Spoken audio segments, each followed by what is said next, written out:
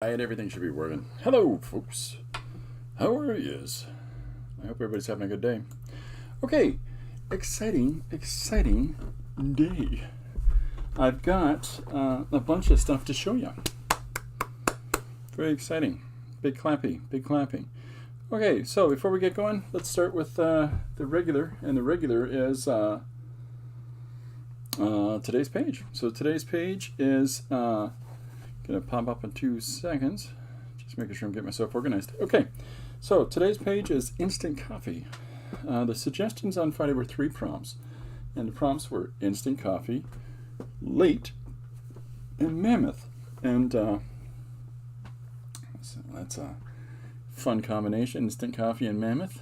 You know, late. That's easy. But so this is what I put together as a sort of really dumb kind of ad from the Girl on the Go in the 1950s. I don't know. It was fun, but basically, I mean, I drew all these drawings on one piece of paper, and then it was just all playing with the digital components and putting it together in a different way, a more interesting way visually, and organizing the page so that it had some governing structure of movement, and to carry your eye from the top left corner down to the bottom right. And but there's a little division of narrative there, because I've got the bottom of the panel, the first panel with the lady says, Linda is always on time, but not Tammy. So you can read this in a number of ways. You can just read the text that is in the one font, instant coffee, Linda's always on time, and helps the busy gal keep things running on time, but not Tammy. Don't be like Tammy. Drink instant coffee. So you can read it that way, or you can read it with the dialogue. I wouldn't have the daily energy that I need if it wasn't for my instant coffee. Hello, ladies. Sorry I'm late. Where is everyone? So you can, or you could just read it from top down. So I kind of like playing with ideas like that.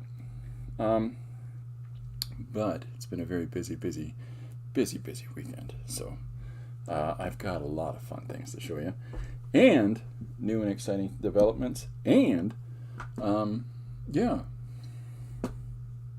new page. I'm going to try collage today. We're going to get to that. But before we do that, I've got some fun show and tell time. Hello, Marguerite. Marguerite said hello already. How you doing? I hope you're having a good day. I hope you had a good weekend. Okay, so let's start off with, what do we got in the first? Book haul. Let's start off with the book haul. Let's get them books out there. Show everybody the books. Okay, so this is a piece of heavy. This is used for, oh my goodness, I can't remember. When you're framing a picture and you put the border around the edge. Why I can't remember that word, I don't know. Why? Because I'm kooky for coconuts. Okay, book number 1, Rift by James Jean. James Jean is one of these artists that came on the scene a few years back, and I really enjoy his work. But this is the sleeve. This is the book, right? It fits inside the sleeve like so. I picked this up a number of years ago. The ISBN for this is 978-08118-71174. Now, this book is 15 panels wide, and matte board. Thank you, Marguerite. Thank you. Good heavens. So it's got a nice sleeve, wraps around the edge. Okay, here's the book itself, Rift, and when you open it, there's your first little piece of dialogue, and now it fans out like so. And I'm not going to be able to get the whole thing in the picture, so I'm just going to run across the picture with it. It is 15 panels long of pieces. It tells a story. There's a fantastic narrative of it, but it's this gorgeous, a number of painted images that all connect to one another. This is a tricky thing to print, by the way. Like, look at here's just a couple of, I'll just go through the images on their own, but look at some of these things. Just crazy surreal stuff. But what's interesting is the other side. If you come at the book from the opposite end, okay, so if we go from this start, all right, okay, there's our beginning. If we flip it over and we come through it, it's the exact same thing, but it's the pencils. So I'll move on the zoom here so you can see how elegant these pencils are. It's just beautiful work. And I'll flip it over to the opposite side so you can see. Is this it? No, it's the next. Here, this picture here in paint, okay, with color, and when you flip it over, there's the pencil of it. And so it's, again, the other side of the big fan out. And what you don't realize is things like, that's a whale across these numerous fan outs. A gigantic whale, and it's about a shipwreck. So, and then when you see that in color,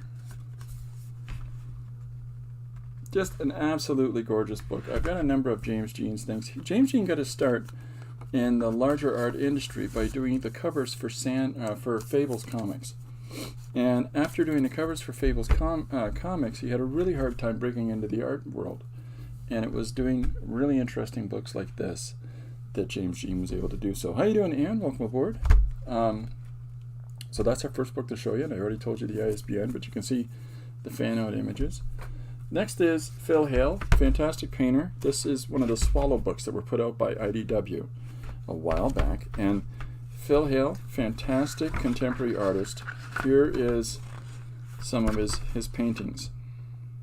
Largely figurative work, largely, you know, people in contorted positions and really dark and melodramatic stuff with a lot of abstraction in the anatomy. But it's either abstracted or perfect. You know, it's interesting that. But that's Sparrow, 978-160-010-115-1. I really enjoy Phil Hale's paintings. He has, but it's also got sketches of his. You know, his sketch work's wonderful, very figurative, very loose, and then look at how good he is. Fantastic artist. Anyhow, one more to show you. Well, I got a couple more to show you, but this is Glenn Barr. Glenn Barr is a painter that I've shown a couple of his books before. I've got a studies book of Glenn Barr. I've got a book of Glenn Barr's paintings, but this is a book called Faces, and all it is small paintings of faces and the studies that he did for them. That's it. That's the enchilada. So, you know, there's so much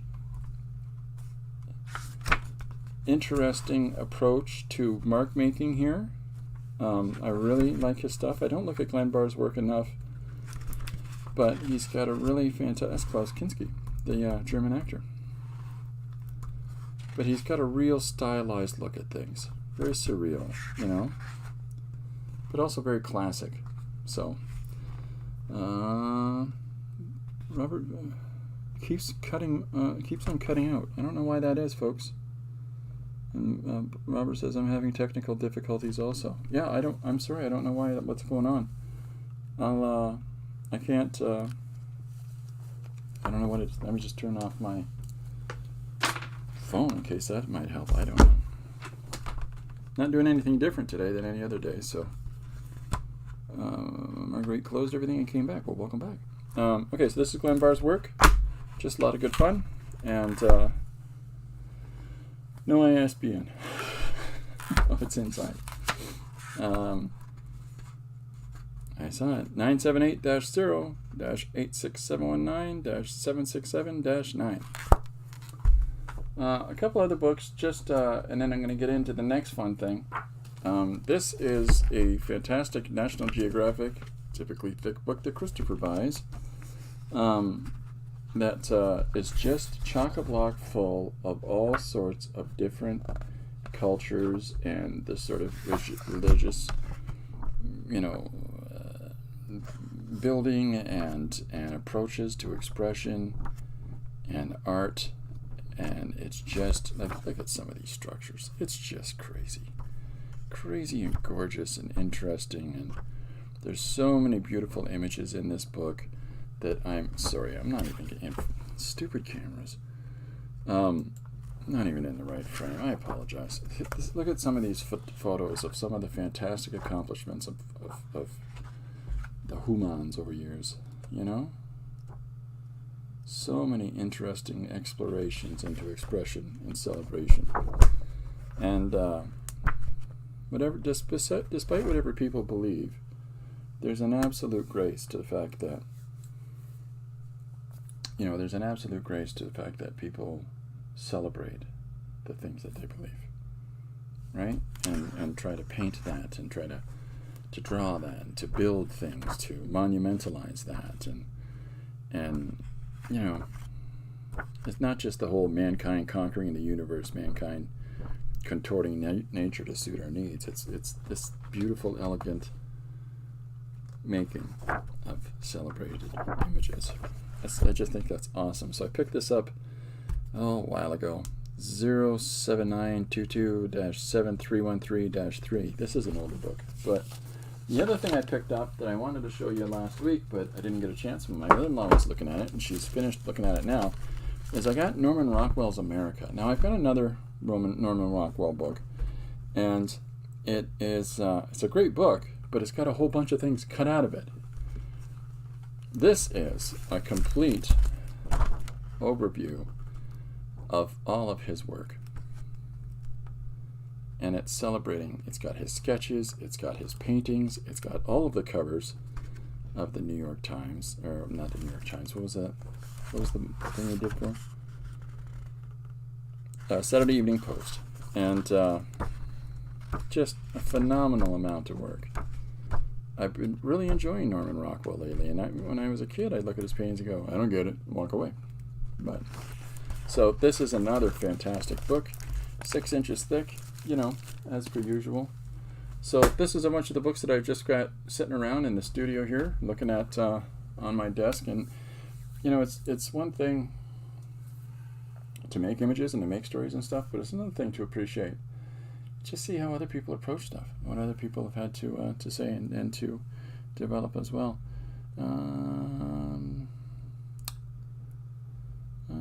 Tech, Pong, Atari, Spectrum. Hiya, Gary, welcome aboard. Hiya, Robert, welcome aboard. I'm not sure if I said hi yet or not. Okay, the other thing is this. Bear with me. I've got some stencil things.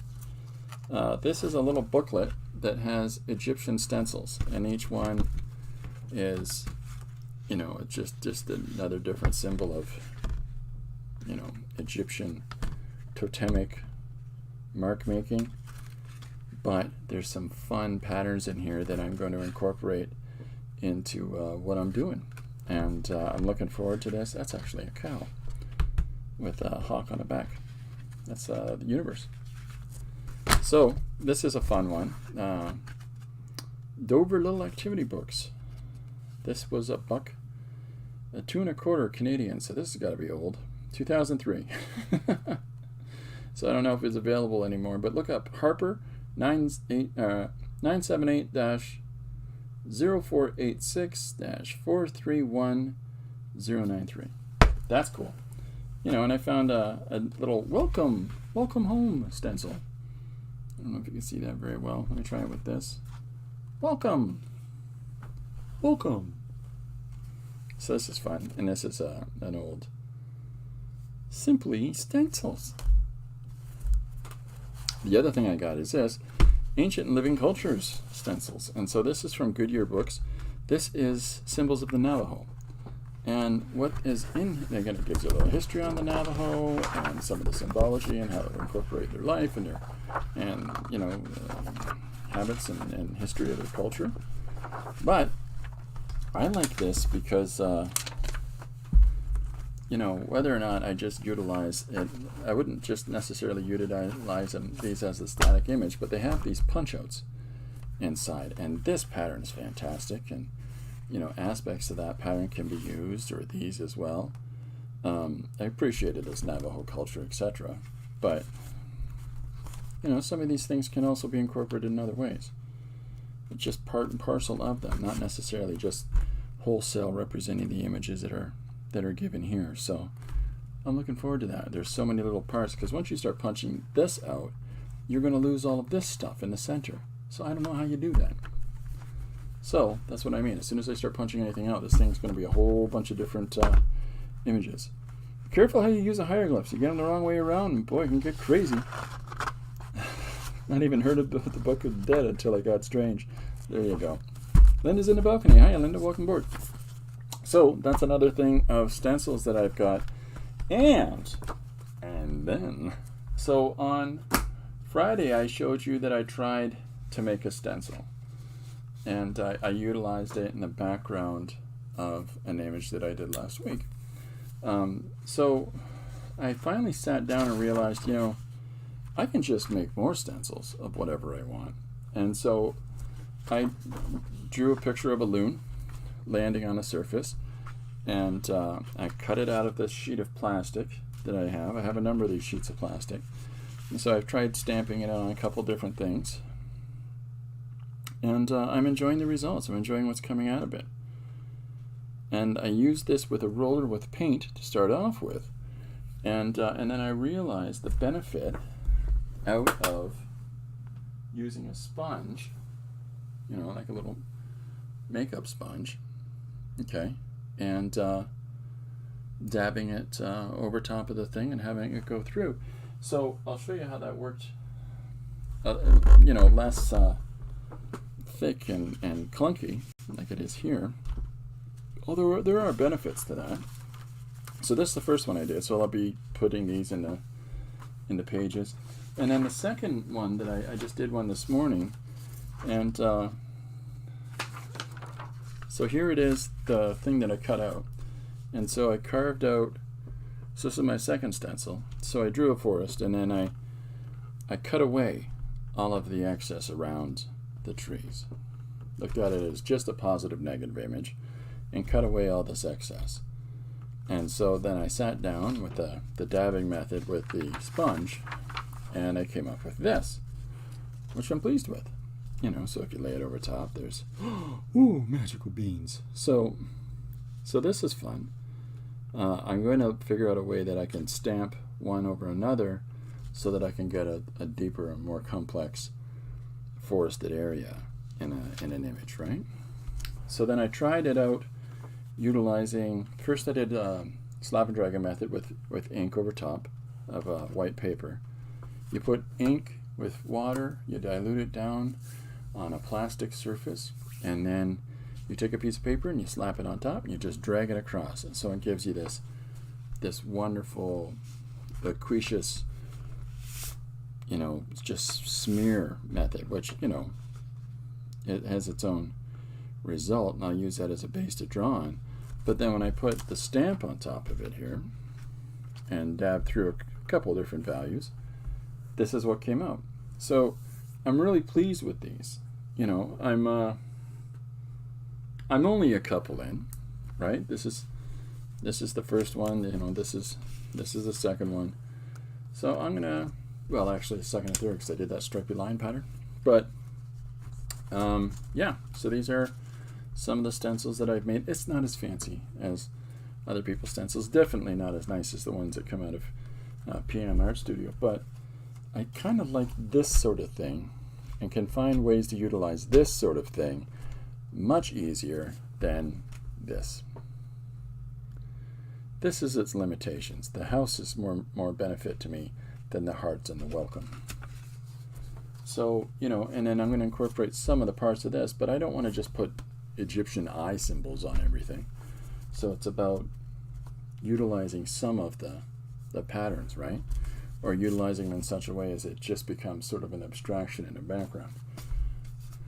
Yada, yada, yada, yada, yada. So the third thing I think I promised to show you before the chaos begins is behind me in the camera here. Now I'm going to, bear with me for a second, I'm going to stretch out this camera. This is going to pop over so that it becomes the full screen.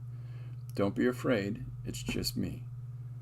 All right, so now behind me is the painting that I did this weekend. So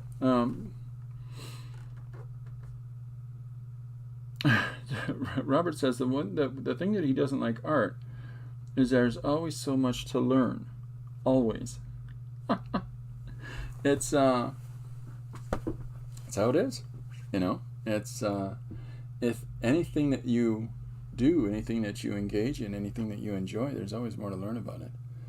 And art is no different than anything else. I think art is more obvious, but I mean, even musicians learn far more complicated riffs and allegro and all kinds of different things. There's just always things to learn, even in motorcycles. I've learned a lot about motorcycles this weekend. I had a picture that I had laid out for a patron and love it, and I'm really appreciative of the support, so I was doing a painting. But the complexity of painting parts of the motorcycle engine, I wasn't entirely prepared for or appreciative of until you start doing it, and you start figuring out methods and approaches in order to simplify that process for you while you're doing it, so that you can finish the image.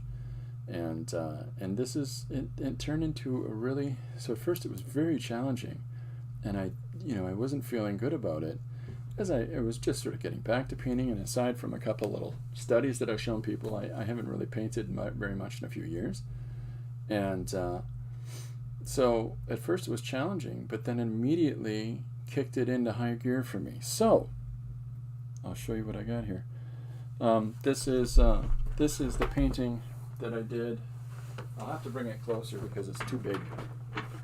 This is the painting that I did, that I finished. Well, I didn't do it this weekend, but I finished it this weekend. So I'm going to try to get this in the frame so you can see it. It's 2 feet by 4 feet, and which actually gives you a bit of scale for how big this grill is. But yeah, so this is this person's motorcycle, a little bit of flame on the bottom, you know. But there's a whole bunch of things about parts like this, and it's really simply a case of looking at the source material, looking at the photographs or whatever it is, and breaking it down into quadrants. And I found that doing that made it easier for me to comprehend it as a whole, and to just, the only challenge was, of course, to keep it scaled from one side of the image to the other. But in trying to execute it as an all-over thing was driving me crazy. And I realized if I focus on parts of it, then I'll be able to do so. So I'm sorry it's not 100% focused, and I don't know that I can really make it bigger without the glare from the satin finish I put on it, but there it is. That's the painting. So we gotta deliver that tonight or tomorrow, probably tomorrow. So I'm gonna set it over here so it doesn't fall down and get wrecked or anything. And I'm gonna take the camera off me because nobody needs to see this thing. All right, and so here's the thing. I have got a whole bunch of jazz. Watch this. I'm melting, oh. All right, so I've got a whole bunch of stuff here in the studio that is, we're gonna try some fun. I really appreciate the collage ability that people have, and I have collaged one page before, and that was Chuck Norris's Fashion Action Show, but I collaged it entirely digitally. I haven't, because I don't like mess. So that's what has restrained me from doing any collage work on a surface. Today we're going to break my rules. So let me catch up on the chat. Marguerite says the first material I used was newsprint. Robert says it never ends. I want to be a master level craftsman. I want to know everything. Well, that's a challenge. Paul Brody has a channel. I'm not sure who Paul Brody is. More time spent looking than painting. Is that what what you're saying that you were doing there, Marguerite? And Robert says it's beautiful, and that he is speechless. He has no speech. No speech. Okay, well, thank you very much. Let's do some crafty fun. So I'll put my stencil stuff aside. So in addition to that, just to show you, this is my thing of stencils. I have a Tupperware container here, a big tub, okay? And it's a giganto tub, which is this big. I've got a whole bunch of random shapes and things. Have I ever read Zen and the Art of Motorcycle Maintenance? I think I might have read that 20 or so years ago. So I have little stamps of things that as I find them, there's a star. Here's an Audi logo at the side of my road. And this is what I was talking about earlier about saving the punch outs from your board games. And you can get all kinds of shapes and circles of different sizes, but you can utilize these in so many ways. Like there's, a whole load of opportunities there. Look at this, the complexity of this one with the little flags, hexagons and octagons and random shapes. And so and I have kids that board game, so we save all of them, and they give them to Dad. And for the most part, I really wasn't doing anything with them, and now, oh yeah, you bet I am. So, and there's lots more of these, but I'm not going to drag them all out. And then there's old spirograph plates that are great for, you pick it down the center and then you make these crazy lines around it. A lot of fun. Little silly stencils like this. Here's this is for text, for writing text on. This is a text liner. So there's stuff like that, and then I've got packaging again. These are old stars from the children's toy, so you can draw through those. They don't really show up too well, and I'm sorry. But I've also been. This is the first stencil that I made last week. So that's the other stencil that I was referring to, and you can see I originally painted on this acetate. So Marguerite says Paul Brody, famous bicycle design. Oh, that's cool. Robert and Persing, it's a masterpiece. Oh, nice. Thanks, buddy. I'm glad you like it. I'm very glad you like it. More board game stuff. You can see there's paint on these now because I'm using them, and but just so many complex shapes that I don't have to make now. And in addition to that, I have bought a number of store-bought stencils and clearances, and so that I can use a lot of these images and incorporate. And I've already done this with a number of these things. I just wash my stencils. I don't know if other people wash their stencils. I might be a bit of a crazy person for doing that, but I actually wash my stencils. Because again, I don't like things being all messy. So, this is a fun one. I got this right after I did a page that had a movie, a film script across the center of it. And then I got this, which I could have just traced. That's my brick wall, which is an incomplete brick wall, I know, but this is just to put that pattern into something, because generally I draw them by myself, and I've shown on the stream here before really fast and easy ways in order to draw brick walls. Look at that. I haven't cleaned that well enough. Disappointed in myself. Marguerite says that she washes hers. Oh, that's awesome. Okay, so I'm not out there. So here's again just more and more interesting patterns and lots of stuff to use. And then of course here's some other little shapes and symbols, and then I got a few different ones of gears. I actually started drawing out a gear one to make because I thought I needed one, and then I found out I realized I have two that I just haven't used. I've used this one before as a background, and I've used this as a background, but I just haven't used them in a while, so I forgot it. This is the star. This is another piece of that star pattern that I showed you earlier that clearly I'm using. So these are all different stencils that are manufactured stencils and cobbled together things. And then there's little pieces of plastic that as I find them, I save them because they can be utilized as tools. So I've been saving a few of these things now. Like there's an interesting wheel. Here's a tooth material that I can drag across pigment or something. So I'm finally figuring it out. So this is going to be fun. The stencils that I have here from the Egyptian one and the Navajo one, I've got plastic sheets, and I think I might just transfer some of these, but we'll see. We'll see how it goes, folks. So I'm going to try to utilize some of this into whatever it is that I'm going to be putting together today. Now, I have in front of me a few different things. One is I have a whole whack of stuff that I did a little bit of fussy cutting on, right? I don't like fussy cutting. So it started strong. I'll show you. I started strong on it and immediately gave up that. Like here, I just started chopping away sections and not actually cutting out all the bits and business. But there's a couple of these where I actually did, and they broke me.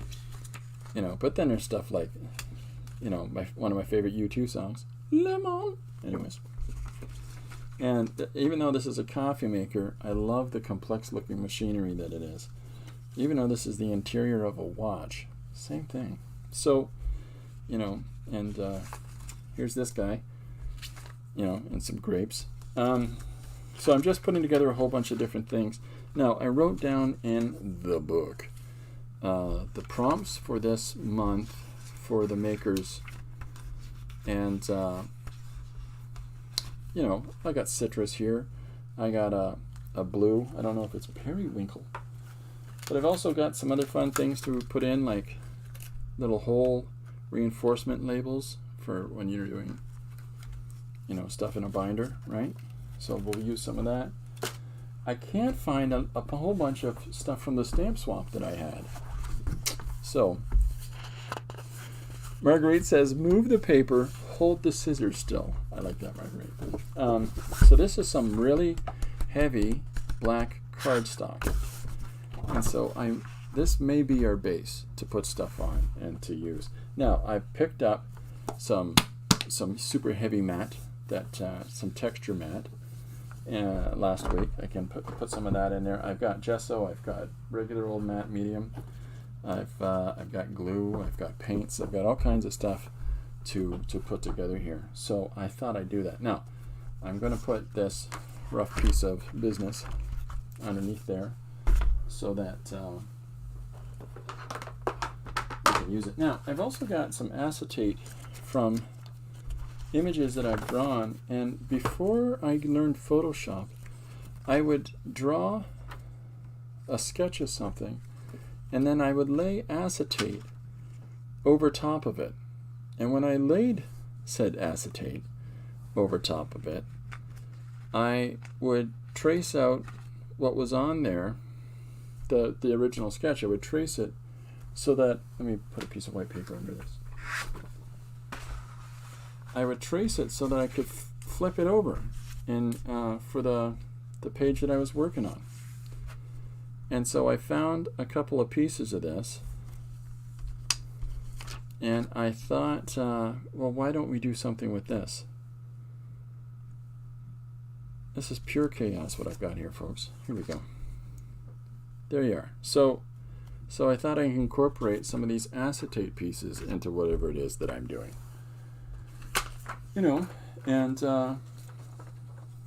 Things like I draw a kitchen, and then I'd have to reverse the kitchen. So I can do it like this. Just really basic stuff. And that's why I had an overhead projector, so that I could do that with my illustrations, and also to project them up larger so that I could do larger images on it. Like the painting you see behind me is 4 foot by 6. And for this image, and I'm sorry, that's not a painting, that's a drawing. That's a drawing in white pencil on blue blue board. That's what this is. So now images that big, I would do a smaller composition on paper, and I would put it on a surface, and I project it upwards. Now I've got a few different projectors that I would utilize for doing that. I think that I've developed my ability to draw, and to draw at scale enough so that I don't need those things anymore. I just draw bigger. And but for a while, this was a really practical way to do it, and it's especially a practical way to do it when you have limited time and you're doing a mural outside or somewhere. But you got to go out at night, and it's so. Okay, so I've got a whole bunch of paper, cardstock here, and things like that. Now, the idea for today is, we're 35 minutes in. I know I've taken a while to get to this, but the idea for today is we're going to go in the book, we're going to find a suggestion, and we're going to do this using collage. And I'll show you the final component of our collage approach. So I've transferred the book to this, so that, and it's just pages and pages of stuff that I have not yet done. I've got a new one that just came in from Linda Renz and her son Chris, and I want to do that, but it's ants, and that doesn't fit the material that I have for collaging, so I think we'll do that tomorrow. But we've got a couple things. One is unsung heroes. We could do that. We've got how do you approach a porcupine without hiding behind an elephant from Miriam. Oh, I just did the shop windows one for Barbara. I gotta check that one off. We've got chicken eating KFC and the life of Perming. These are all checked. My chauffeur is a bear. Well, that's me. You're probably wondering how I ended up in this situation. That one's fun. I love statements like that. Those are fun. We have a hula dancer. We're not doing that today. Where did giraffes originate? The underworld. Conversation between Buddha and Jesus I did last week. Eddie and Sasquatch at the playground. I gotta get a picture of Eddie. Adventures of Two Texans in London. That'll be one coming up. Someone cheating at cards. That's our suggestion for today. It comes from Marguerite, who's here in the thing, so, in the stream. So, someone cheating at the cards.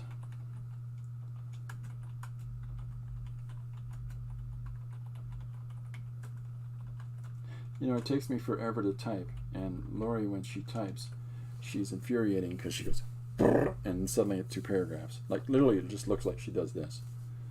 Terrifying. Okay, so there's our suggestion. Thank you for the suggestion, Marguerite.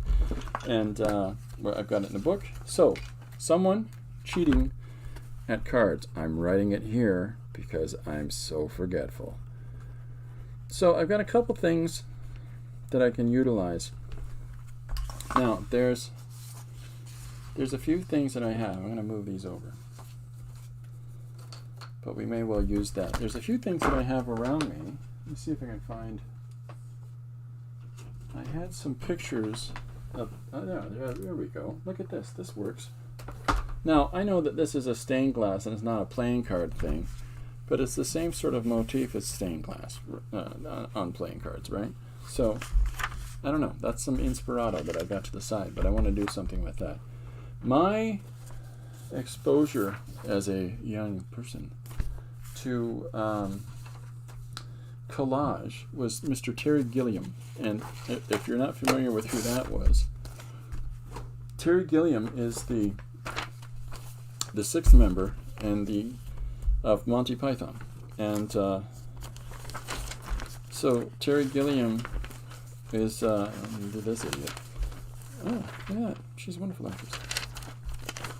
Terry Gilliam is the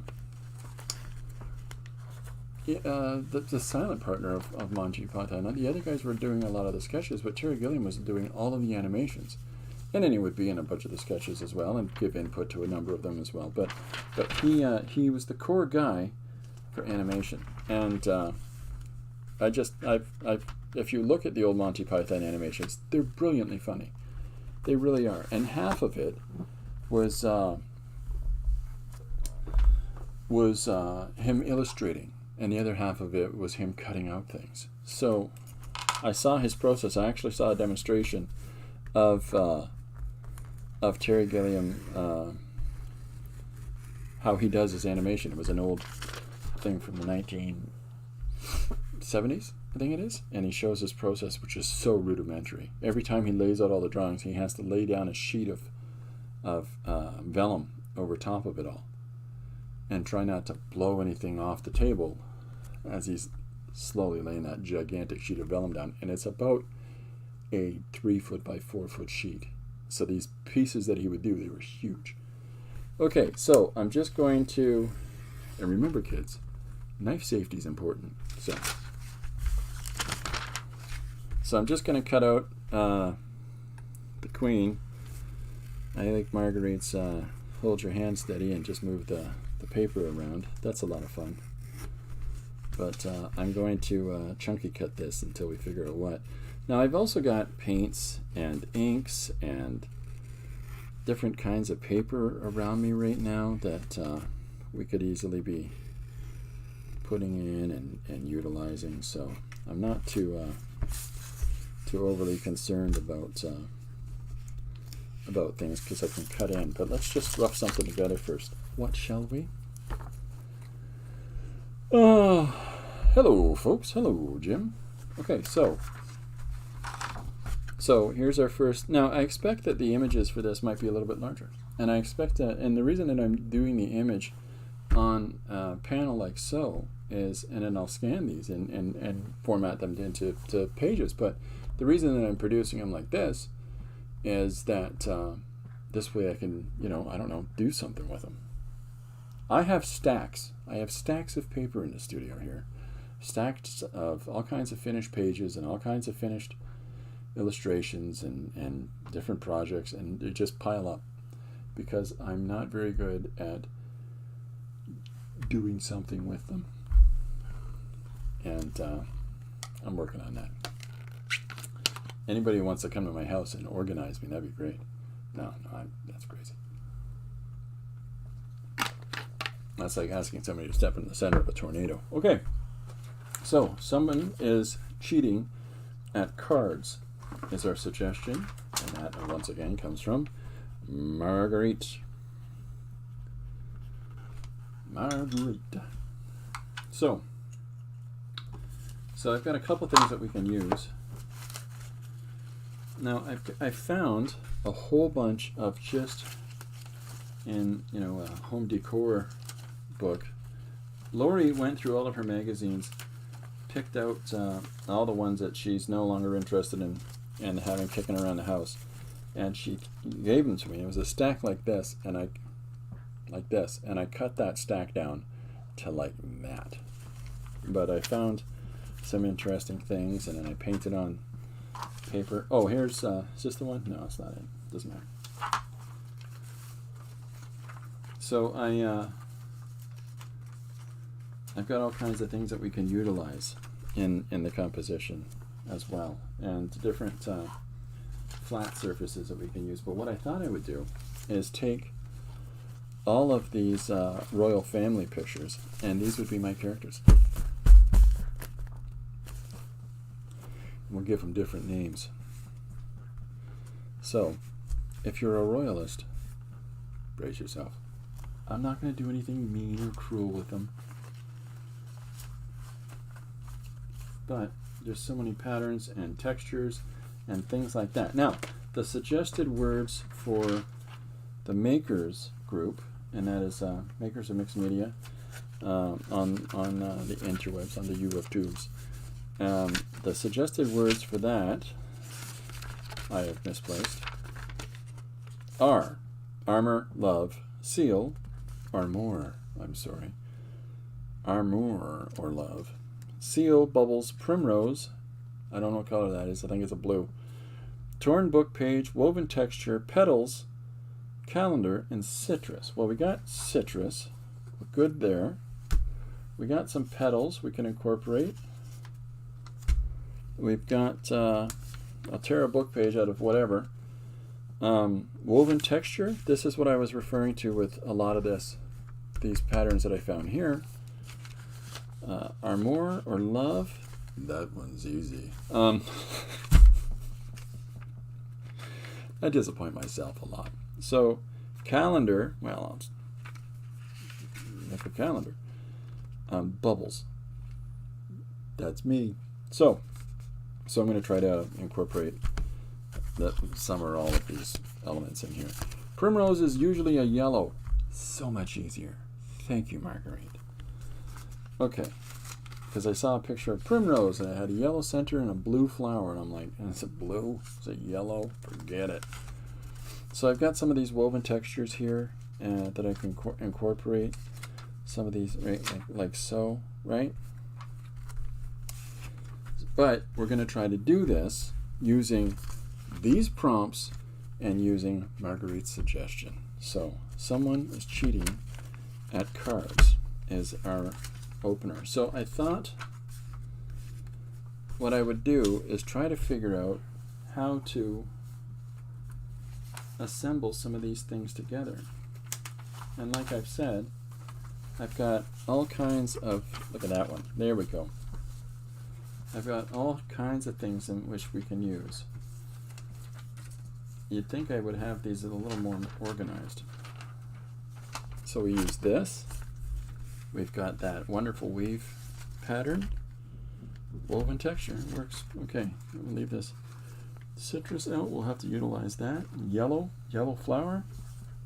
And that's easy. That was easy. So it's coming together. Our idea is coming together, folks. We're all doing it together. So, and we've got some more pictures of Lizzie and a Tizzy. And then I will use, I think I can also use the new stamp, or the new stencil that I just made. I think I'll also take this and I'll lay it over top and stencil some of this pattern in through behind her, you know, over a panel, just because I don't want to just use these static images.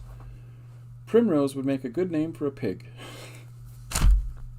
Yes, it would. Or petunia. So, away we go. I'm going to give this a go. Now, I'm not... hold on, I'm getting paper. I'm not a mixed media guy, per se. And I really respect those that are. But I'm, you know, that's not my background. That's not my wheelhouse. So we're going to try. I found it! We're going to try. We're going to do our best. All the stuff I was telling you about that I couldn't find, I just remembered where I put it. So I have now got stuff from the stamp swap. I've got different kinds of paper. I've got a torn page from a book. Right? We've got different textures. So much stuff. Boys and girls, guys and dolls. We're going to have ourselves a ball here. Alright. So, let's do this. Let's do this thing. There's an actual... So I want some of this tissue. Right? And here's some of these complex tissues. Here's a torn page from a book. And there's some printed images and stuff we're going to utilize as well. That's a clipboard. That doesn't need to be here. So, torn page from a book goes into our pile of necessary things. Where's my scissors? There they are. This isn't the normal thing that I do, but I'm going to clearly incorporate the drawing stuff and that in here as well. So I hope this isn't too dramatic and boring for folks that you know, are more appreciative of the drawing monkey, but we're gonna try. We're gonna try some different things and see what that gets us. You know, try to incorporate some different approaches to stuff, etc., etc.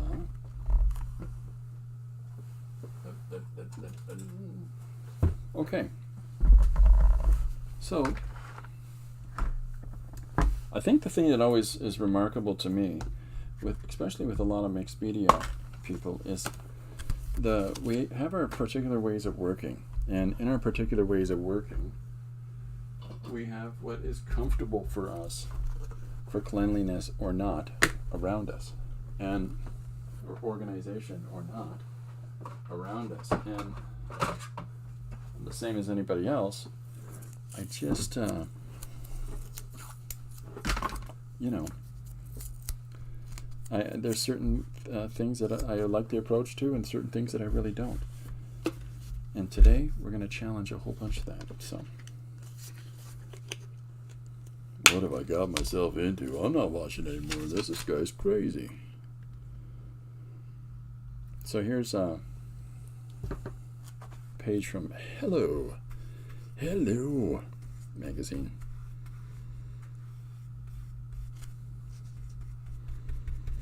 And I'm not, this is going to be a really rough shot, folks, so deep breaths, huh? So what I'm using here is not glue, it's a medium. It's a matte medium, and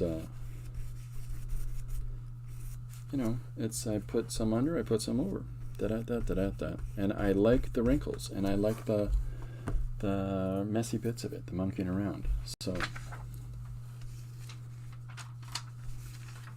So there's a couple things I want to try to put together, and then we're going to just keep building on that and keep going to the next one and keep going to the next one. So I've got a whole bunch of this intended, but the fun part is going to be not just taking these images from a book, but then trying to utilize these in such a way as to make viable compositions from, right? And at the same time, I don't just want photographs on here, so I'm going to be doing an awful lot of monkeying around. Okay, so I've got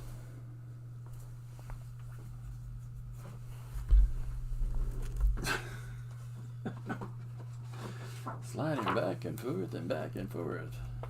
Okay, now I've got my stencil here, so what I'm going to do is right over top of this, well, I should let it dry for a second, but right over top of this, I'm going to start stamping in some trees and seeing where that gets us, having some fun with that.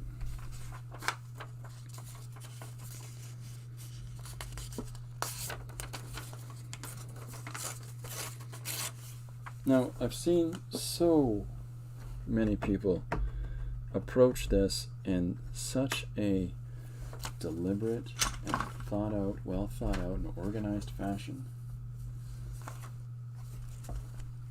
Yeah, it's not going to be here. So we're going to see how this goes. But like I said, I'm going to be doing an awful lot of drawing and developing, and not just leaving it as presented.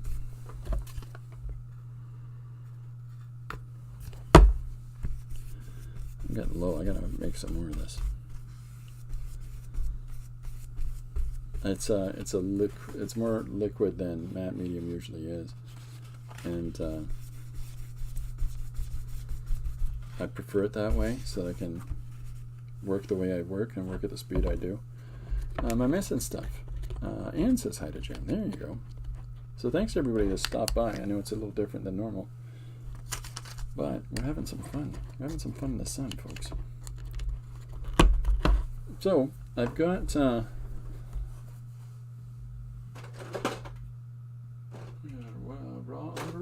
use this raw umber here, and I'm going to start uniformly, or maybe I'll use a yellow. Like a primrose yellow, Chris? So I'm going to incorporate some of these elements together. So I got a nice new shirt today from Lori. Thank you very much, Lori, for my nice new shirt. I really like it. And I'm putting down, these are Winsor Newton acrylics that I'm using. I've got a background in painting, so I've still got all these acrylic tubes everywhere. And some of these tubes are huge. So yeah, you know.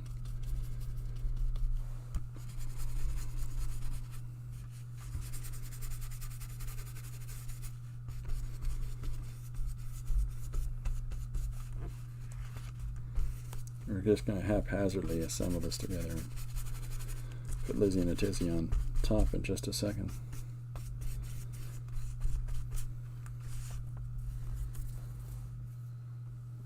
Where's that sponge? I had the sponge. He had the sponge. And the stencil. Here we go. The stencil. Yeah, so right in there.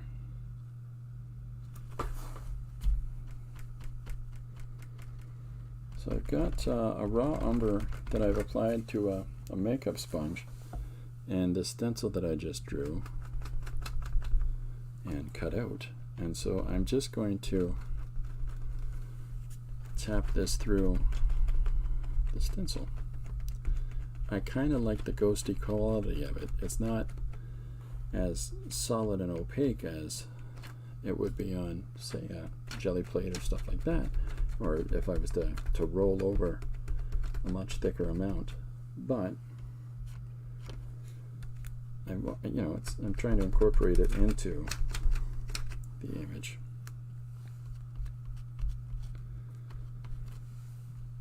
And we're just having fun. I don't normally do this, so we're trying all. This is all Greek to me. Sorry for anybody out there that's Greek. Hey, everything's Greek to me.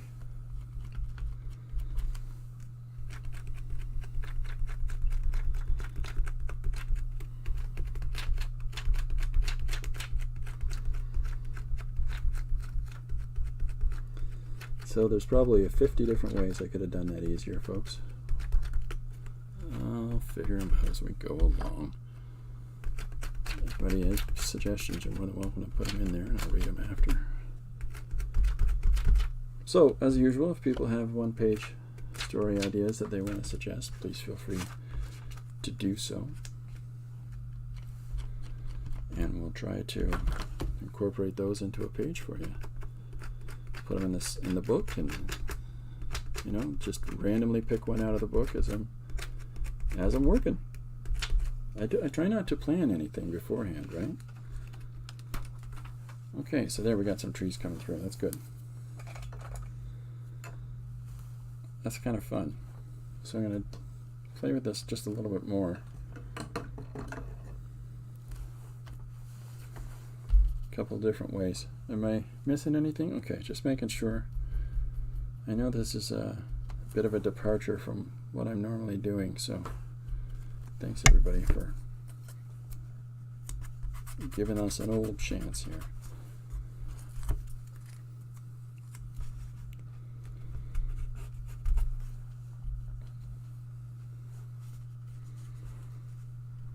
Okay, so what I'm going to do now is I'm going to pick parts of it out.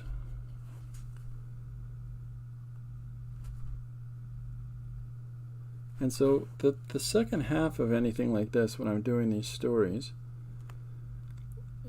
is that the text sort of fills in any of the blanks, any of the shortfalls, right? And so that helps to expand more fully on an image. It's not to say that an image shouldn't stand on its own, but storytelling in the sequential way that I approach it is about a fusion between words and pictures. Now, I realized that I took a static image and I stamped something completely different over top of it, and now I'm cutting that out in such a ridiculous way. Why didn't I just use the picture of the gate in the building? Because, you know, I didn't.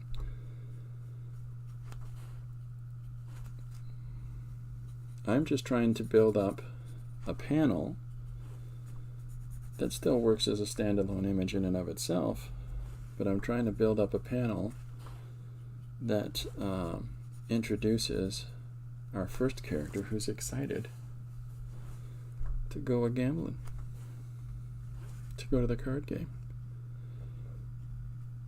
Pardon me.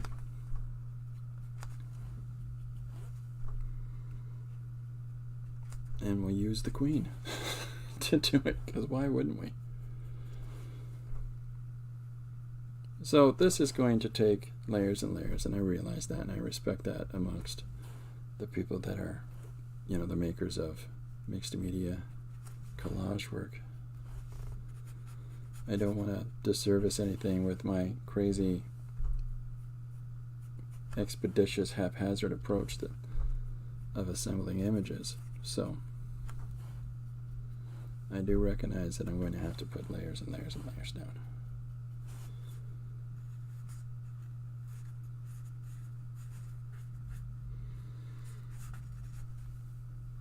So I hope everybody had a good weekend. Really appreciated the opportunity to sit down and to finish that painting of the motorcycle. And I've got so many things coming up. I'm helping finish a book right now. I'm doing the letters and finishes on it. And looking forward to this project. But that'll only take a week, right? And then we're going to try more and more different things. So I'm going to let that sit for a second, but while it is, we're going to put down the text covers the hands. What text?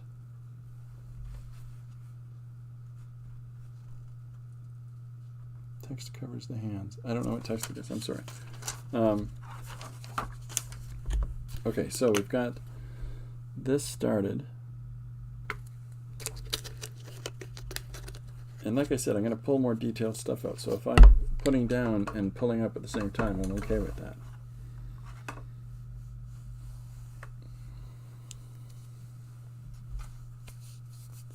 I'll try to correct the text business. It's just outlined there, I think.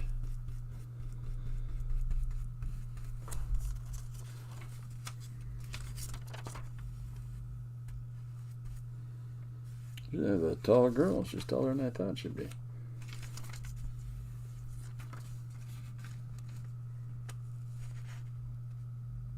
There we go. So here's our introduction to our principal character.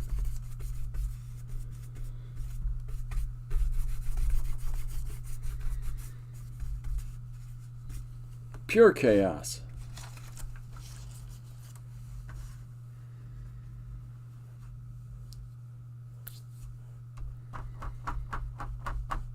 Note to self, don't get new shirt dirty. Don't do it.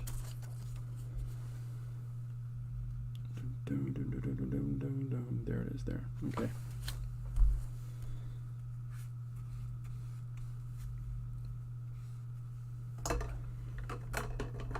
Okay.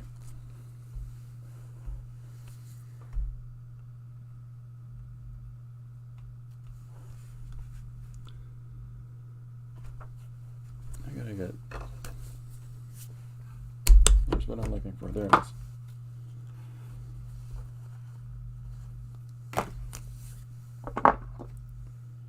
We'll try you, Sanchez.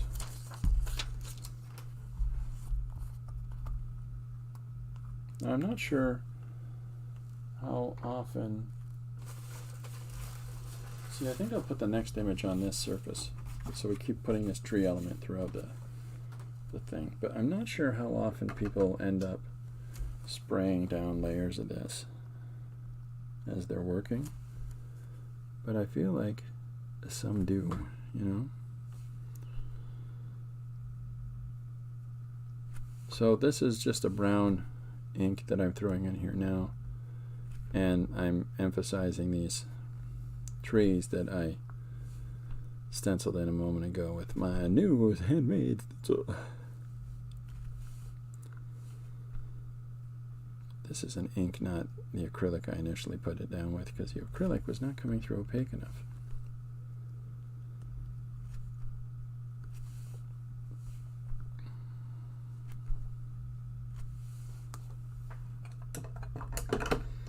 Well, I add it. Oh, I'm going to spill the ink all over the floor. Almost got myself too. Chaos, folks. The text covers the hands. Other people don't like drawing hands. Oh, well, hands are like anything else, I always say.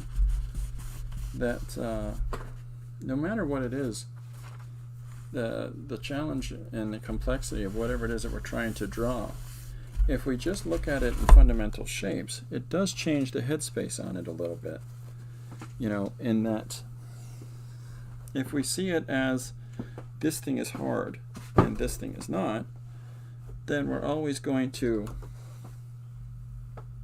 limit ourselves in our own application, because we're only going to assess things based on, you know, the things that I can, or I believe I can, or cannot draw.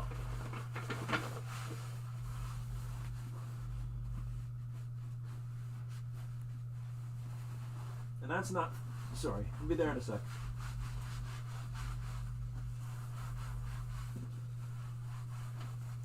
You know, and that's not being fair to yourself creatively.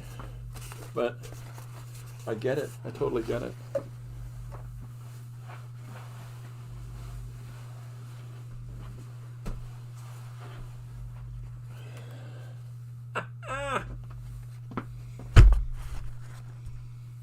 That did nothing. Okay. Well, I'm going to have to wash my floor now. And that's okay. Pure chaos. Okay, so. But hands are challenging. I appreciate that, because there's a lot of complex parts. But if it's the slow, methodical approach to those parts, in the sense that, in the sense of looking at it as not the complexity of the object, but of just the different components that make up the object, then it stops being as daunting, I think. That's my theory, folks. And it just takes practice, as anything else. Practice, practice, Carnegie Hall. I had to confront the complexity of a motorcycle engine this weekend, because there's a lot of parts and a lot of fiddly bits and a lot of things that, to the motorcycle person, is important. You get those details in there, but you know, it's a lot of challenging details. Okay, so I'm going to put her in here.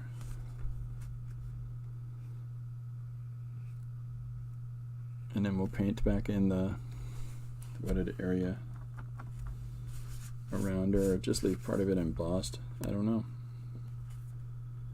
Figure it out as we go. This is a thing about drawing, is that I tend to draw, to force myself to draw everything, because I actually find assembling provided images more difficult than leaking into my noggin and trying to assemble to work through building them up by illustrating them, by drawing them. And for some reason, having them all pre-supplied, I find overwhelming. You know, it's, I realize it's a little wacky.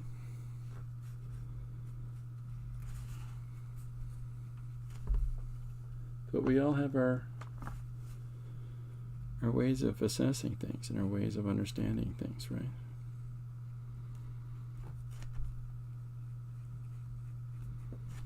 So I have to put some of these details back in because I've, you know, painted this white over it, but that's putting those details back in maybe lets us find an interesting way of assembling this part with this part with this part.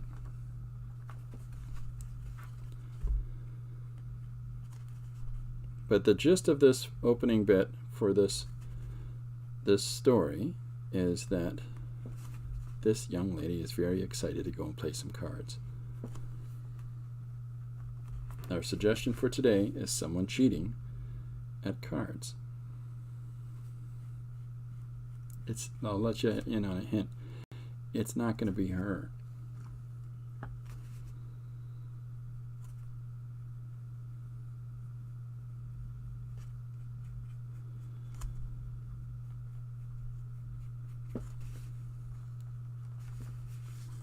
So it's kind of coming together. It's kind of fun.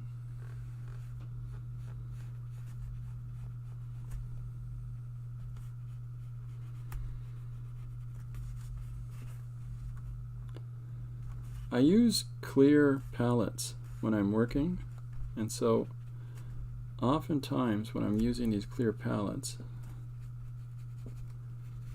you know, I'll panic myself because I'm like, whoa, no, it's getting all over that stuff. That's what just happened with the ink. That's why I spilled it. The red garments are striking. Well, the idea of the juxtaposition of how much this red pulls through from the rest of the palette being rather muted, that's about the limit of the initial intention on that. I didn't really think too deeply about it, other than I wanted her to stand out in a different way than her background. The other reason I got the white out was so that I could use it and the emphasis points on my forest. Rather abstracted, I get it, but you know.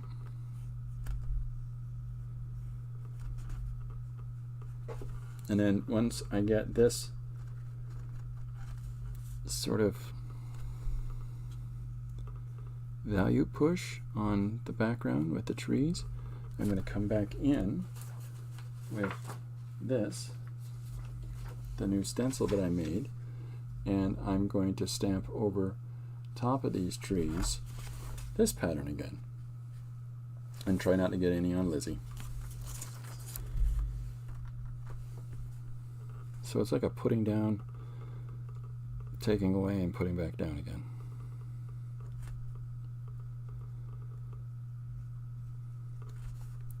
But I'm a complex guy. That's why my friends call me Whiskers.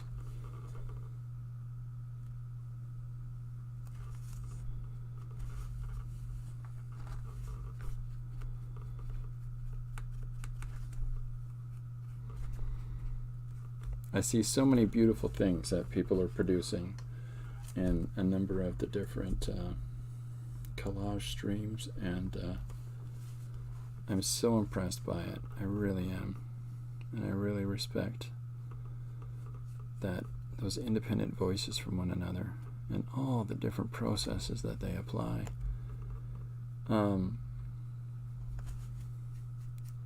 Mariah had her stream today on P&M Artist Studio, and I really like what she's assembling. She's doing a piece based on her daughter. Darcy's Misadventures with Collage. I watched a stream of hers the other day, and I really enjoyed her her journals. They were interesting. Margaret says, actually, I am more of a draw person than trying to find an image. See, I appreciate that. I really appreciate that, Marguerite. That's makes sense to me. Am I still? Yeah. It makes a sense to me because, you know,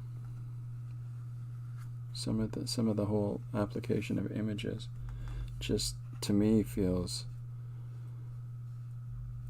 counterintuitive, because I would just grab whatever and draw it on instead, which kind of misses the point, right? I get that, and by no means would I dismiss people's love of that at all. I think that's the part I'm trying to say, is that it's so interesting and so complex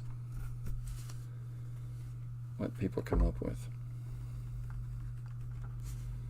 So at some point I'm going to have to incorporate a card motif into things, so I may well put some of that textured imagery in the back of here.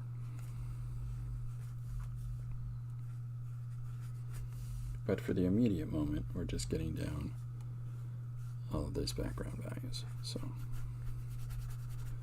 that is masking tape that I'm going over right now, that I stuck down here. It wasn't actually to hold down what I had stuck it on top of. It was literally just because I like sticking masking tape into things. I don't know. So I'm going to have to come in with some red to fill out this text here as well. But that's all right. We have the technologies to do that. So I'm going to grab a little more white, and then we're going to fill into this composition.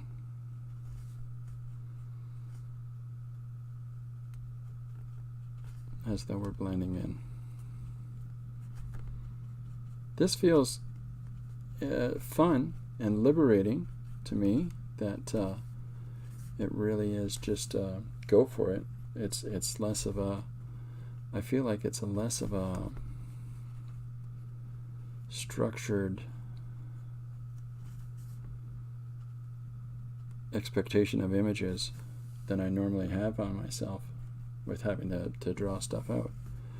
I'm not saying that it's easier. I'm saying that I find myself feeling a little bit liberated right now. So, and I'm just beefing up these values, giving them some shape. And we're going to put our forest overnight on top in a moment. Am I missing stuff? No, just making sure. Thanks everybody for coming and hanging out. I'll say it like I usually say it, without spraying it, and that's so dumb. And if anybody has got one-page story ideas they want to suggest, please feel free to do so. I'd love the challenge. This is number 59 of this year that we're trying to fit in here. I guess technically it's 59, and it's also the Maker's Collage, but it's the page 59. It's my whole point since the start of the year. So, and it's going to be made up of a bunch of these smaller elements. So, because this is just introducing this happy-go-lucky gal going to play a card game.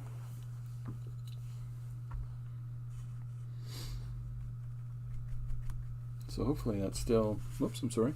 Hopefully that's still pulling up old Lizzie and a tizzy there.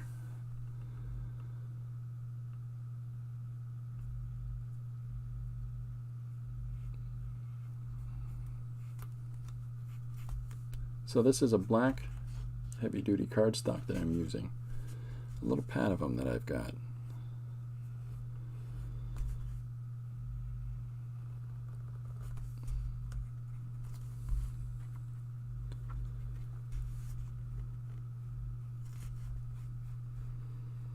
I'm going to put some of this pattern back through.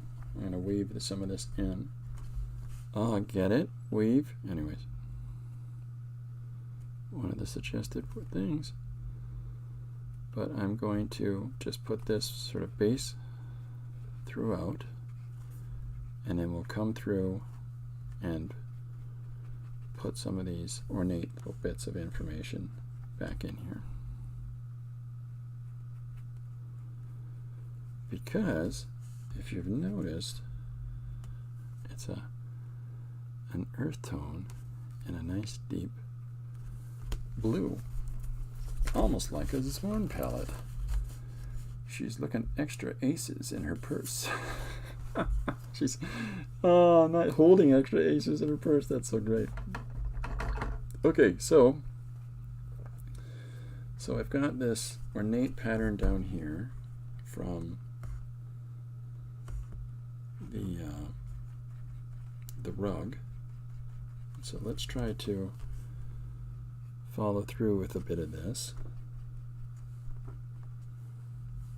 My hands are filthy. Laura's gonna make me wash my hands to eat, you know.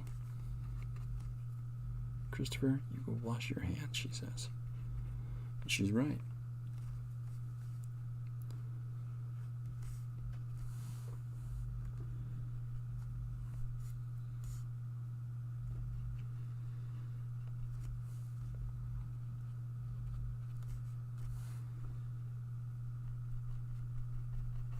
Trying to get this color right. There we go. Bingo. Close enough.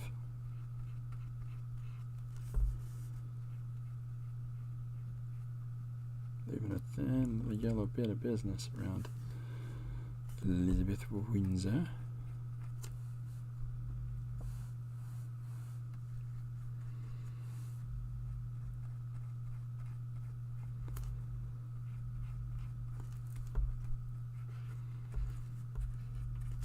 You're still in, yep, still in pen. I'll hold this up in 2 seconds. That way we can see what the progress is that we're making here, folks.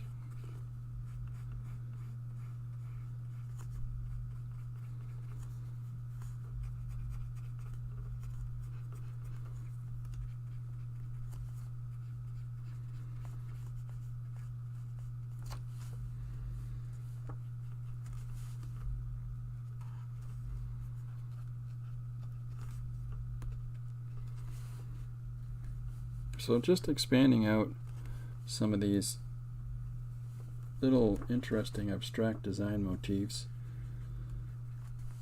that we're going to just move over top into here. And then, after I do the stenciling in a second of the trees, we'll come back again and pop a couple more little hits of value over top.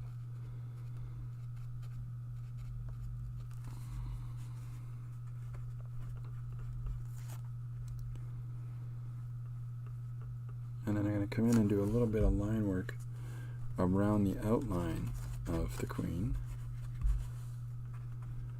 so that it differentiates her from the haphazard rough brush strokes.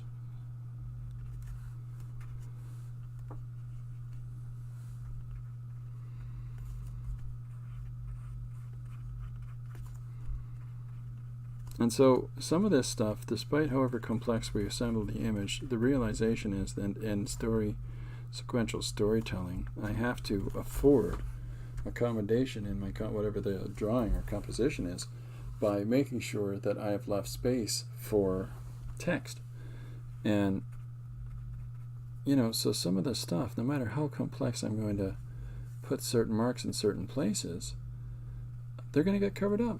And that's part of it, you know, it's just part of it, and I'm good with that. I'm good with that part of it, because I would sooner have, and I've said this a number of times during streams here, I'd sooner have the opportunity to pick and choose where I put the text, because I haven't locked myself into a specific place. by not drawing in other aspects of the page. Now, other artists do that, and that's perfectly fine because they're probably far more structured in their application of putting together the page, you know, that they're working on. They pre-planned everything and laid it all out and worked up composition so that they know that where they're going with the design is locked in. That's what it's going to be. That works great. It's just not how I work. Okay, so I've got I'm gonna get cheeky sneaky here. Put a tiny bit of that down and feed that into my yeller.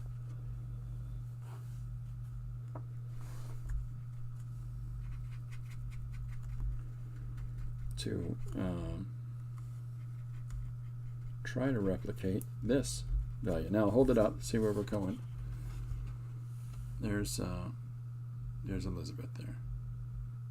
Now if it has benefits, let's see if I can get this guy to work correctly.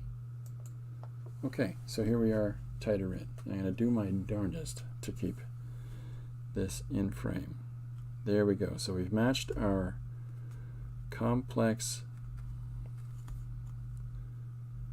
textual pattern, orangey gold here, and we'll put some of that throughout.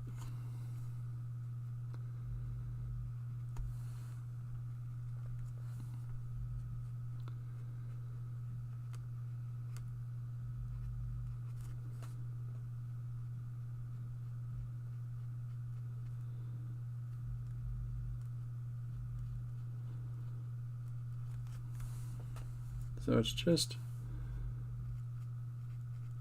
and I'm putting it in to the existing value that I've just tried to replicate here, so that this doesn't feel so textured, and this feels, you know, the wrong kind of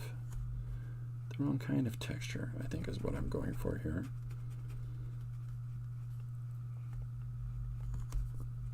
You can recognize that this isn't the weave. Come in a second with the umber, give a little more life to that. But while not actually replicating whatever the pattern is, we've sort of snuck our way through it.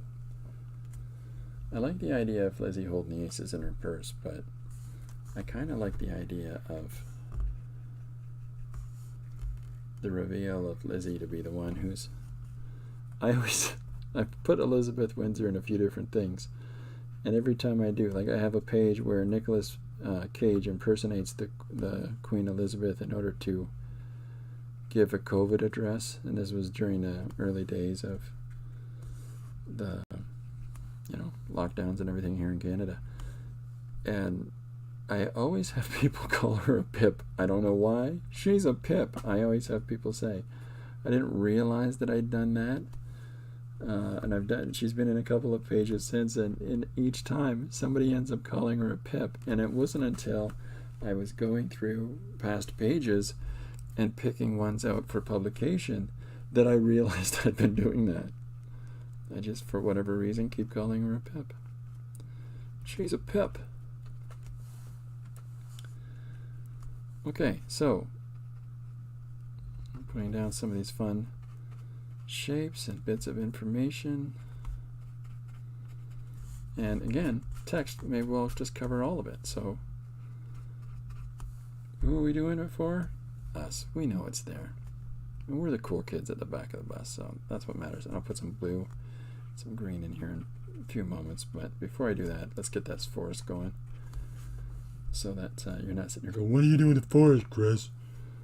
Oh, I don't blame you. I don't blame you. Come on, guy, get with it.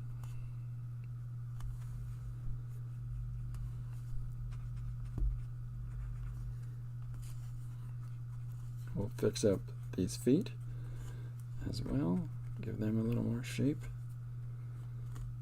They're cut off in the image.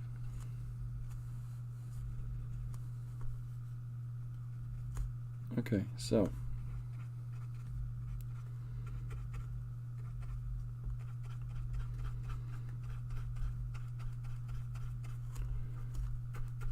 there we go. All right, now, so as this is coming together now at the bottom of the replication of this pattern, okay, I'm going to come back in with this stencil that I've done, and we're going to put these wooded shapes back in. And I've placed them down in a different way than I had them before. Why, Chris? Why? I'll show you why. I'll show you why.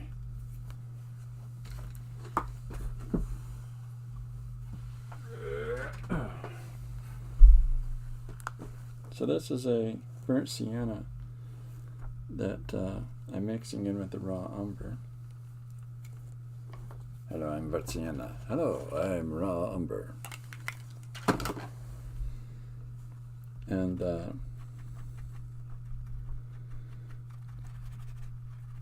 bunch of this going here, just because it gives it a little more body, right? Right. You agree with me? We sure do. Is this going to work, or am I just going to have to do it with the brush? It's going down. That's the way I want it to, though.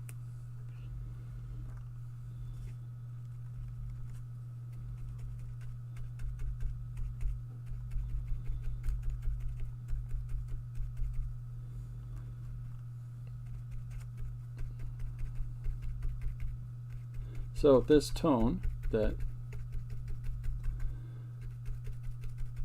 is just a unifier for this half of the image.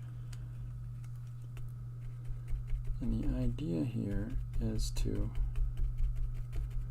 blend the one into the other. So I'm not worried about it being a really heavy color. But I don't want to cover Lizzie's head up with it. Am I missing stuff in the conversation? Marguerite says, I have a book called The Queen in Color. She's wearing solid colors throughout. Oh yeah, that was her thing. She always has. And there are certain blues that she wore, like those signature blues, and pinks and yellows and reds. She really owned color. Well, probably literally, no. Take it easy, critic, okay? And then Anne says, this is looking really awesome. Oh, Anne, that's so nice, yeah. I've realized that it could be very kind of crazy and haphazard, but I'm really excited about these stencils that I've been doing this weekend as well. And, well, this one I did this morning. I had a meeting until 11:30, and then I did this before doing a stream here. So this should tie together this background behind Leia's, and hopefully not over top of Leia's. Just something interesting. We'll see in a second, folks. And I'm working so fast one layer on the next that I could very well be pulling up some of what I've already put down. You know, but we'll use the mistake. We'll deny the mistake. We'll embrace the opportunity. Making sure I'm not missing stuff. Thanks everybody that's come out. I don't know how interesting this is, but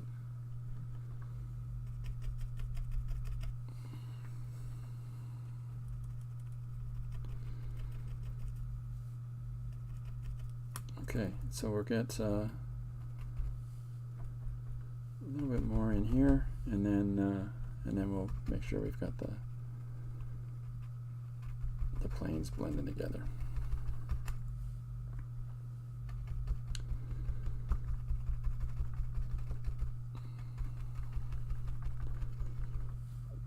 Beating up this poor brush. These are large canvas painting brushes that I'm using right now, so I figured I'd be abusing the sense out of them, so that's why I'm not overly concerned. See that? I made a little smudge on Lizzie.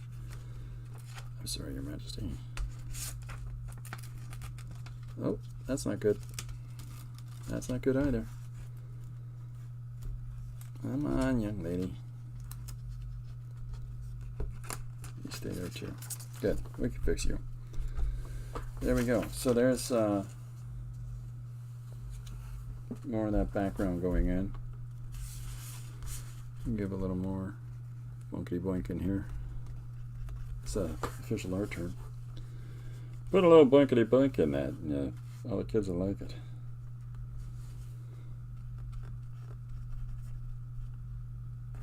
A bit of value underneath, a little bit of sticky on the top. There we go.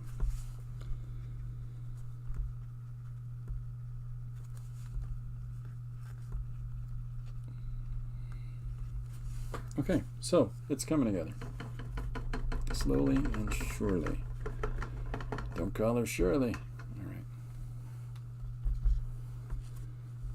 So I guess the rest of it for me is for this one is going to be putting together the rest of this patterning, this information, to move it throughout, and then I'll be doing a little bit of line work in pencil crayon. I'll show you what I mean by that. So sometimes when you're putting together the composition and you want to clean up some of your lines, this is how I'll go about doing it. Is that I'll take a matching value, and it just happens to be very fortunate that this is the red. And I'll come in and, whoopsie daisy, I'm still working wet. Stay down here. And so I'll run along where these edges are and just clean it up a little bit, fill it in a little bit. Makes her pop.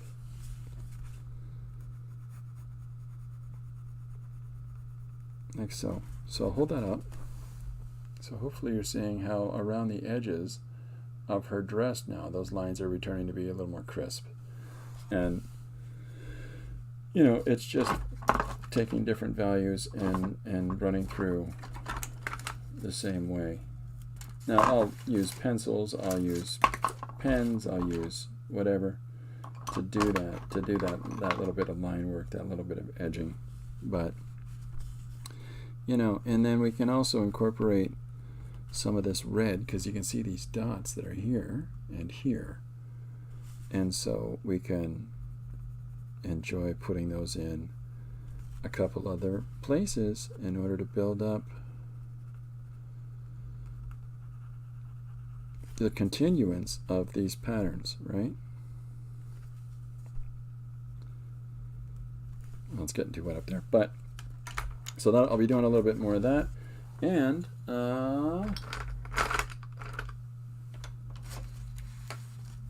I've got lots more stencils and lots more cutouts and things like that to keep going, and to put together a few more images, and I'll be posting these tomorrow. And I think that I'll post all the individual panels on my Patreon as well tomorrow, because there's going to be a number of just static cards like these. I don't know. I've got to decide. If people, feel free to vote. The Patreon I have is just a $3 a month thing, or whatever else. More if you like. I'm not going to complain. Where I show the original art and the other things that I do. Like I'm going to be putting up paintings of the bike this afternoon. So here I am tightening up the lines around her legs, and this is just a Faber-Castell black pencil crayon, and then I'm filling in the rest of this poor girl's foot. Barbara, how you doing? Welcome aboard. So, you know, as we're building up all these little, whoopsie daisy, all these little bits of information and cleaning up, you know, the different pieces and patterns and things as we go along, ideally it should enable us to have a more definitive overall composition for this section. I'm going to continue this pattern blending into here, and yeah, finish this one up. The Carpet of Primrose. A great job on the Queen. The Queen is a cutout from a magazine, Barbara, but I thank you. I have drawn the Queen before. Here, I'll show you some fun pages for a sec, folks. How about this? What have I referenced? Okay, I've got a collage page that I did before of, here is,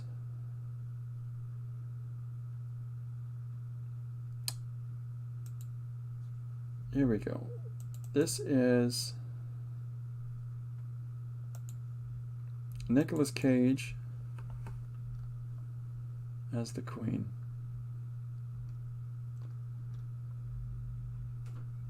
Let me find it and I'll show you. Just a second. I've got a lot of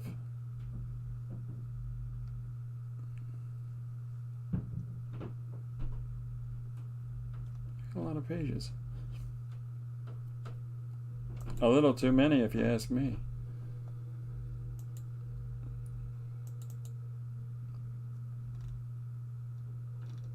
Yeah, no. Here we go. Nope. Oh well, forget it. I tried. I'll show you these tomorrow. I've got a couple of pages that I've done. One is Nicolas Cage impersonating the Queen and giving the Queen's address on the COVID shutdowns here in Canada. And another page is Chuck Norris Fashion Action Show, in which I did the only other collage that I've done is a digital collage. Hi, hon. You back? Okay, we'll go for a walk in a bit. So that's some of the. Here's the Chuck Norris. There we go. I found one. How's that? And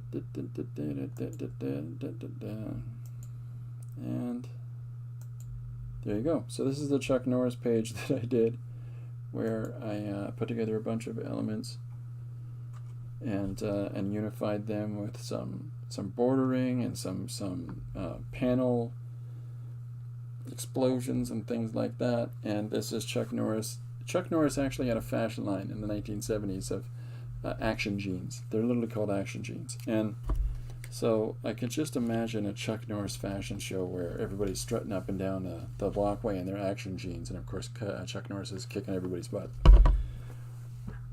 It's just how my mind works, folks, and it's narrated by Howard Cosell, some other guy. So, you know, you gotta have fun. It's basically the way I look at stuff.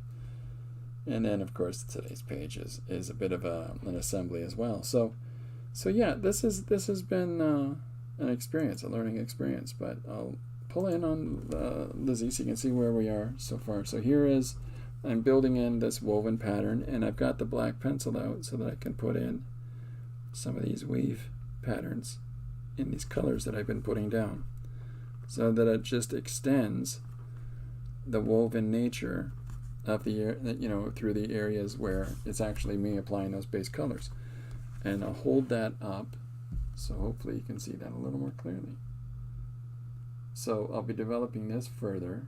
So the original image ended here, and so extending all of this up, and I'm going to be adding some blue in as well, and then extending it around Elizabeth a little bit, and then I'll put a little more yellow and white highlights through in the stenciled area at the back. So, sorry, in this section at the top, and then I'll be more clearly defining Elizabeth the standout from the back. So there's our first panel of introducing our character, the young lady who's very excited to go and play some cards The suggestion for today came from Marguerite. It is someone is cheating at cards, and a lot of the things that I'm trying to incorporate are from the Maker's Collage prompt, which is Armor, or Live, Seal, Bubbles, Primrose, a torn book page, bingo, a woven texture, bingo, petals, calendar, and citrus. And we got some primrose yellow going through it. So, yeah, this is going to be a lot of fun. And then I've got a couple planned for this week. At some point, I'll be doing a suggestion from Linda and her son. And we've also got things like Frankenstein doing karaoke. That's not checked off here. So lots of interesting stuff to come up this week. I am a mess. I've spilled ink on my floor, and my desk is pure chaos. But this is a lot of fun, and I can completely understand why people do collage art. I really can, and it's also helping me to incorporate a lot of these sort of items that you just sort of build up around you in your studio space. So that's just really good. Barbara says a great carpet of primrose. There we go. That's very good. Thank you, Linda. So I appreciate everybody coming out today. I appreciate the support and interest that a lot of people have been joining in, and I really like that. But please do not feel that there's any judgment or expectation or any idea, no matter how silly and how fun, that isn't valid to suggest for a one-page story. And you can do so by putting it in the comments below this video, or in the comments of any of the posts that I do on Instagram or Facebook, or on Patreon, or during chats. And there's a lot of fun videos where people have put out suggested random ideas, and somebody else puts out another suggestion immediately afterward that sort of plays with that notion, and we build on those things together. And it's any of these suggestions that you see me work on, and any of the pages that I've produced so far this year or last year or whatever, feel free to scan through the Facebook and scan through the Instagram, because underneath every page that I post, I put what the suggestion was. And if you want to give any of those a crack yourself, please do, and I'd love to see them. The page that I posted today of the 3 suggestions of instant coffee, late, and mammoth, Chris Kului did a page on that as well today. So go and check out that on her Facebook page. It's a lot of fun. Very different than what I did. And that's the whole point, is that there's no one is better than the other. There's no right or wrong way. Everybody's going to interpret the same ideas in very different ways on their own work. So feel free to jump in on that piece of fun. But I think I better sign off for now, because Lori would like to go for a walk, and I'm never going to pass up a walk. So thanks very much for coming out, everybody. I will be back tomorrow at 2 p.m. EST here on YouTube with more stuff. For those of you that joined late, I showed a whole bunch of books and a whole bunch of new stencils and a painting that I just finished at the start of this video. So go back and check that out if you like. But I'll be back tomorrow, and I will post all of these carded panels that I'm going to be doing in this collage format, and I will put together a at least a one-page story. I think it's going to end up being 1 or 2. I will post those in the morning so that you can see those for tomorrow. Okay, thanks very much, everybody. I hope you have a great day. Bye for now.